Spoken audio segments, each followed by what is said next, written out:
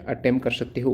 तो चलिए यहाँ पर कंटिन्यू करते हैं। आपके सामने जो पहला सवाल है, खिलाफत समिति की स्थापना कब हुई है? जहाँ पर आपको सन दिए हुए थे, तो इसकी स्थापना 1919 को हुई थी। कहाँ पर? बॉम्बे में हुई थी, मार्च 1919 को खिलाफत कमेटी की स्थापना। और बात करूँ मैं, इसके बाद हुआ था एक सम्मेलन हुआ था खिलाफत कमेटी का, जो प्रथम सम्मेलन है उसकी अध्यक्षता किसने की थी? महात्मा गांधी ने की थी। वो हुआ था 24 नवंबर 1919 को।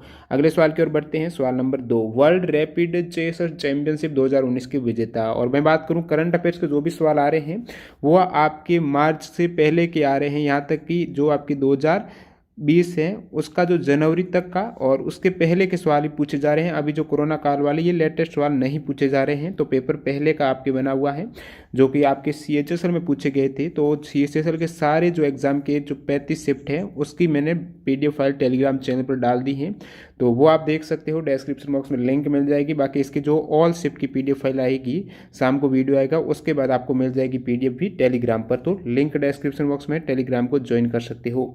तो सेकंड सवाल देखिए, वर्ल्ड रैपिड चेस चैंपियनशिप 2019 के विजेता, तो वो है मैग्नस कार्लसन है। ये नॉर्वे के शतरंज खिलाड़ी हैं। और यहाँ पर मैं महिला की बात करूँ जो कि भारतीय जीती है, तो आई थिंक महिला का ही आपको पूछा होगा। Women world rapid chess champion में हम्पी कोनरू हैं जो कि भारतीय महिला शतरंज खिलाड़ी हैं। तो हम्पी कोनरू है रैपिड चेस चैंपियन। अगला सवाल देखिए, वारेन हेस्टिंग्स हैं, ये बंगाल के प्रथम गवर्नर जनरल कब बने? तो वारेन हेस्टिंग्स हैं जो बंगाल के प्रथम गवर्नर जनरल थे, तो वो 20 अक्टूबर 1773 को बने थे। उनका जो काल रहा था तो 8 फेब 1785 तक। तो 1773 से 1785 तक ये बंगाल के प्रथम गवर्नर जनरल रहे थे। मैं बात करूं बंगाल के प्रथम गवर्नर की, पहले पद गवर्नर का था, उसके बाद गवर्नर जनरल का आया। तो पहले गवर्नर कौन थे बंगाल के? तो वो आपको ट्रिक तो पता ही होगी, रॉबर्ट है, विलियम की मौसी। तो रॉबर्ट यानी रॉबर्ट क्लाइव प्रथम गवर्नर, और रॉबर्ट है हेस्टिंग्स हो जाएंगे फिर गवर्नर जनरल। तो प्रथम गवर्नर है। इनका जो कब से कब तक रहा कार्यकाल? 1757 से 1760 तक इन्होंने ये गवर्नर रहे हैं। उसके बाद में बात करूं भारत के पहले गवर्नर जनरल विलियम बेंटिंक, ये बंगाल के हैं जो हेस्टिंग्स हैं। और भारत की बात करूं तो प्रथम गवर्नर जनरल थे विलियम बेंटिंक। रॉबर्ट है विलियम की मौसी, यानी 4 जुलाई 1828 से 20 मार्च 1835 तक विलियम बेंटिंक हैं, ये भारत के प्रथम गवर्नर जनरल रहे थे। ये सभी फैक्ट इंपॉर्टेंट हैं। आपके 10+2 के जो एग्जाम हुए थे उसमें एक्स्ट्रा फैक्ट से बहुत से सवाल रिपीट हो रहे थे, तो ये आप जरूर देख के जाइएगा एक बार। भारत का पहला वायसराय कौन थे? तो वो कैनिंग थे, 1 नवंबर 1858 से 1862 तक। और बात करूँ स्वतंत्र भारत के प्रथम गवर्नर जनरल की, तो माउंटबेटन थे, इनका भी काल याद रख सकते हो। स्वतंत्र भारत के पहले भारतीय गवर्नर जनरल कौन थे? तो वो C राजगोपालाचारी थे, 21 जून 1948 से 26 जनवरी 1950 तक। अगला सवाल देखिए, जो सुशासन सूचकांक है यानी गुड गवर्नेंस इंडेक्स, तो गुड गवर्नेंस इंडेक्स है सुशासन सूचकांक 2019 में कौन सा राज्य? तो बिग राज्य, बिग स्टेट की जो कैटेगरी है उसमें फर्स्ट रैंक पर सुशासन सूचकांक में कौन सा राज्य रहा है? तो वो तमिलनाडु रहा है गुड गवर्नेंस इंडेक्स में। और सेकंड रहा है महाराष्ट्र, थर्ड रहा है कर्नाटक। तो तमिलनाडु ने टॉप किया है गुड गवर्नेंस इंडेक्स में। और इसमें भी अलग अलग कैटेगरी है, ये तो बिग स्टेट की कैटेगरी में तमिलनाडु है। बात करूं मैं पहाड़ी राज्यों में, पूर्वोत्तर और पहाड़ी राज्यों वाली कैटेगरी, उसमें हिमाचल प्रदेश ने टॉप किया है। केंद्र शासित UT में किसने टॉप किया? तो वो किया है पुदुचेरी ने। और इससे पहले एक इंपॉर्टेंट यहाँ पर गुड गवर्नेंस डे है, वो 2014 से मनाना स्टार्ट हुआ था, जो कि प्राइम मिनिस्टर पूर्व प्रधानमंत्री अटल बिहारी वाजपेयी की एनिवर्सरी पर इसको शुरुआत हुई थी 2014 में। 25 दिसंबर को मनाया जाता है गुड गवर्नेंस डे है वो 25 दिसंबर को। 1498 में भारत की खोज किसने की? मतलब जो पहले यूरोपीय व्यक्ति कौन थे जो समुद्री रास्ते से भारत पहुंचे थे 1498 में? वो थे वास्को डी गामा। तो 8 जुलाई 1497 को इन्होंने स्टार्ट किया था। पुर्तगाली नाविक थे ये, वास्को डी गामा भारत की खोज के लिए निकले थे 1997 में, और 1497। और 20 मई 1498 को ये केरल के कोझिकोड जिले के कालीकट पहुंचे थे। वहां पर एक कापड़ गांव है, तो सबसे पहले कालीकट पहुंचे थे वास्को डी गामा 1498 में। अगला सवाल देखिए, खेलो इंडिया यूथ गेम्स है, इसकी 2020 में आयोजन कहाँ पर हुआ? तो खेलो इंडिया जो यूथ गेम्स 2020 का आयोजन हुआ है वो गुवाहाटी असम में हुआ। कहाँ पर? गुवाहाटी असम में हुआ है। और 2020 में जो प्रथम रैंक रही है राज्य की वो महाराष्ट्र है, 256 मेडल। सेकंड रैंक हरियाणा की, थर्ड है आपकी दिल्ली की। तो 2020 में खेलो इंडिया यूथ गेम्स गुवाहाटी में, और इससे पहले 2019 में पुणे महाराष्ट्र में हुई थी, और सबसे पहला जो संस्करण था 2018 का वो दिल्ली में हुआ था। रैंक है वो सेम है 2019 और 20 की, पहला महाराष्ट्र, सेकंड हरियाणा, थर्ड दिल्ली। और जो प्रथम संस्करण है वो दिल्ली में हुआ था, जहां पर प्रथम रैंक हरियाणा की थी। इसमें दो टाइप्स की कैटेगरी, एक तो अंडर 17 ईयर्स जो स्कूल स्टूडेंट है, दूसरा अंडर 21 कॉलेज स्टूडेंट के लिए ये गेम्स आयोजित होते हैं। यहाँ से एक सवाल प्रीवियस एग्जाम में पूछा हुआ, इसमें कितनी स्कॉलरशिप दी जाती है खेलो इंडिया यूथ गेम्स में? तो 1000 स्टूडेंट को स्कॉलरशिप दी जाती है, जो कि इसमें 5 लाख रुपए हैं वो 8 वर्ष के लिए एनुअल स्कॉलरशिप के रूप में दिए जाते हैं। एक आपके नेत्र संबंधित बीमारियां किस विटामिन की कमी से होती हैं? तो वो विटामिन ए है। ए की कमी से आपके रतौंधी रोग हो जाता है, और आंख में सूखापन जो जीरोफथलेमिया रोग है, तो जीरोफथलेमिया और रतौंधी रोग जो आंख की बीमारी है विटामिन ए की कमी से होती है, ये आपके पूछा गया था। बाकी बी की कमी से बेरी और एनीमिया रोग हो जाता है। सी की कमी से आपके स्कर्वी रोग, डी की कमी से रिकेटस हो जाता है, ई की कमी से प्रजनन शक्ति का कम होना, ए की कमी से रक्त का थक्का नहीं बनता है। एक आपके सवाल पूछा गया था कंप्यूटर के कि 1964 से जो 1971 तक का समय है वो किस कंप्यूटर पीढ़ी से संबंधित है? तो 64 से लेकर 71 तक ये तृतीय जनरेशन है, जहां पर आईसी का प्रयोग हुआ है। तो 10+2 में पूछा गया बहुत से सवाल से यहाँ से सवाल आया था कि तीसरी जनरेशन में किसका प्रयोग किया जा रहा, कौन सी चिप का? तो इंटीग्रेटेड सर्किट का है। तो ये भी आपको याद में रखना है। प्रथम जनरेशन कब की है? 1940 से 56 तक, जहाँ पर वैक्यूम ट्यूब का प्रयोग किया गया था। और सेकेंड आपके 1956 से 63, तो पहली है 40 से 56, फिर 56 से 63, तीसरी है 64 से 71, फिर आपकी 72 से 2000, ये चौथी है जिसमें माइक्रो प्रोसेसर का किया जा रहा है। तीसरी जनरेशन में इंटीग्रेटेड सर्किट का जो पूछा है, ट्रांजिस्टर का सेकेंड जनरेशन में, और चौथी जनरेशन में माइक्रो प्रोसेसर का जो 72 से 2010 है, और 2010 से अब तक जो कंटिन्यू चल रही है वो 5वीं पीढ़ी है कंप्यूटर की, जो इसमें एआई का प्रयोग हो रहा है, आर्टिफिशियल इंटेलिजेंस का। किस धातु को चाकू से आसानी से काटा जा सकता है? तो वो क्षारीय धातु है सोडियम। सोडियम को चाकू से आसानी से काट सकते हैं, जिसका परमाणु क्रमांक 11 है। Na से इसे डिनोट करते हैं, क्योंकि इसका लैटिन नाम से एक बार सवाल आया था, वो है नेट्रियम है सोडियम का लैटिन नाम। एक सवाल था भारतीय संविधान की अनुसूची में जो 7वीं अनुसूची है उसमें शिक्षा को किस लिस्ट में शामिल किया गया है? तो शिक्षा है समवर्ती सूची में शामिल की गई है। तो शिक्षा संबंधी लिखित टोटल जो समवर्ती सूची में विषय हैं वो अभी वर्तमान में 52 है। शुरुआत में ओरिजिनल 47 विषय हैं इसमें। तो समवर्ती सूची में जहां पर राज्य और संघ दोनों का अधिकार रहता है, और राज्य सूची में वर्तमान में विषय कितने हैं? 59 हैं, पहले 66 थे। संघ सूची में है 98 विषय, पहले 97 थे।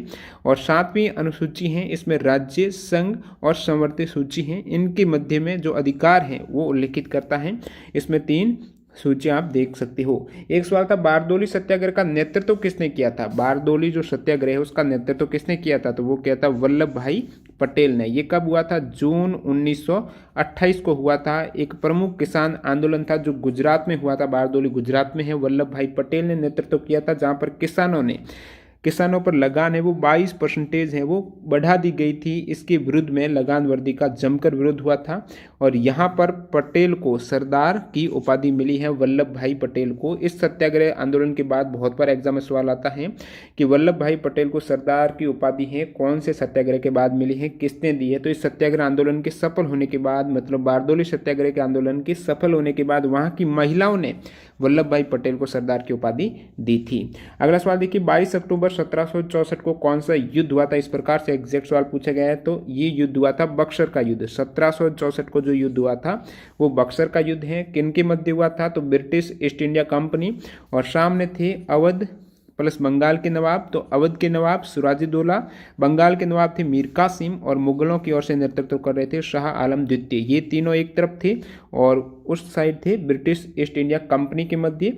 और लड़ाई में अंग्रेजों की जीत हो गई थी, ईस्ट इंडिया कंपनी की जीत हो गई थी। और रिजल्ट ये रहा कि पश्चिम बंगाल, बिहार, झारखंड, उड़ीसा और बांग्लादेश का दीवानी और राजस्व अधिकार है वो अंग्रेज कंपनी के हाथों में चला गया था। एक आपके पूछा गया था आंख का कौन सा भाग पारदर्शी होता है, ट्रांसपेरेंट होता है? तो वो कॉर्निया होता है।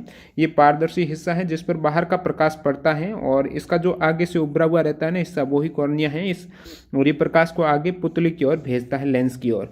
किसकी आंख में रॉड कोशिका ज़्यादा होती है और कौन कोशिका कम होती हैं? तो ये है उल्लू की आंख। इसमें देखिए आंख में दो कोशिकाएं होती हैं, एक तो कौन कोशिका जो शंकु कोशिका है, रॉड को आप हिंदी में शलाका बोलती हो। तो ये दोनों ही कहाँ पर होती है? रेटिना में उपस्थित होती हैं, जो कि प्रकाश ग्रही कोशिका होती है, प्रकाश को ग्रहण करती हैं कौन और रॉड सेल्स, दोनों ही दृष्टिपटल यानी रेटिना में रहती हैं। और यहाँ पर दोनों का काम अलग अलग है। देखिए शंकुओं की तुलना में जो कौन सेल है उसकी तुलना में रॉड सेल है कम प्रकाश में देखने में अधिक सक्षम होती हैं। तो रॉड सेल्स हैं जितनी संख्या ज़्यादा होगी आप रात्रि में इजीली देख सकते हो। कम प्रकाश में देखने के लिए किसका जरूरी ज़्यादा होना? रॉड सेल का यानी शलाकाओं का। तो रात्रि दृष्टि लगभग पूरी तरह शलाका से ही प्राप्त होती है। तो रॉड सेल्स हैं जिसमें ज़्यादा होगी वो रात्रि को देख सकता है। वो किस में ज़्यादा होती है आपको पता? उल्लू में। उल्लू रात्रि को ही देख सकता है। तो उल्लू एक ऐसा पक्षी है जिसे दिन की अपेक्षा रात में अधिक स्पष्ट दिखाई देता है। कारण क्या? उसमें रॉड कोशिका ज़्यादा होती है। अगला सवाल देखिए, प्रथम सी.के. नायडू पुरस्कार विजेता कौन है? तो प्रथम जो CK. Naidu award for life time achievement दिया गया था वो नरी कॉन्ट्रैक्टर को दिया गया था। ये सबसे पहले जो बीसीसीआई की तरफ से दिया जाता है अवार्ड, और बीसीसीआई ने सबसे पहले अवार्ड स्टार्ट किए थे 2006-07 में, और उसके दौरान CK. Naidu award for life time achievement मिला है सबसे पहले नरी कॉन्ट्रैक्टर को। और सबसे पहले Polly Umrigar award for international cricket BCCI की ओर से दिया जाने वाला ये सबसे प्रमुख पुरस्कार है, पोली उमरिगर अवार्ड है। सबसे पहले 2006-07 में सचिन तेंदुलकर को दिया गया है। और माधव राव सिंधिया अवार्ड सबसे पहले जो रणजी ट्रॉफी में मोस्ट रन वाले खिलाड़ी को मिलता है, रॉबिन उथप्पा को दिया गया था 2006-07 में। अभी मैं बात करूं 2018-19 बीसीसीआई अवार्ड, तो दोस्तों 2018-19 बीसीसीआई और आईसीसी के अवार्ड जरूर देख के जाना, आपको एक न एक शिफ्ट में सवाल 100% मिलेगा। और मैं बता देता हूं बीसीसीआई के अवार्ड में तो ये सेम जो CK. Naidu life time achievement award अब की बार दिए गए हैं 2019 में, वो दिए गए हैं श्रीकांत को दिए गए हैं। और बीसीसीआई ने 2019 में life time achievement award for woman Anjum Chopra को, तो ये मैन का दिया गया है के श्रीकांत को, वुमन का अंजुम चोपड़ा दिया गया है, सी.के. नायडू अवार्ड है। और अब की बार जो पोली उमरिगर अवार्ड दिया गया है इंटरनेशनल क्रिकेटर मेंस को 2019 में, वो दिया गया है जसप्रीत बुमराह को, पोली उमरिगर। बेस्ट इंटरनेशनल डेब्यू ये सभी बीसीसीआई के अवार्ड है, मयंक अग्रवाल है। दिलीप सरदेसाई अवार्ड है जिसमें हाईएस्ट रन बनाए जाते हैं टेस्ट क्रिकेट में, उस दौरान दिया जाता है, वो है चेतेश्वर पुजारा को। दिलीप सरदेसाई अवार्ड है हाईएस्ट विकेट के लिए जसप्रीत बुमराह को। और वुमन की बात करूं तो बेस्ट इंटरनेशनल क्रिकेटर वुमन है पूनम यादव। अंजुम चोपड़ा को वो BCCI life time achievement award है। बेस्ट इंटरनेशनल डेब्यू वुमन है शेफाली वर्मा।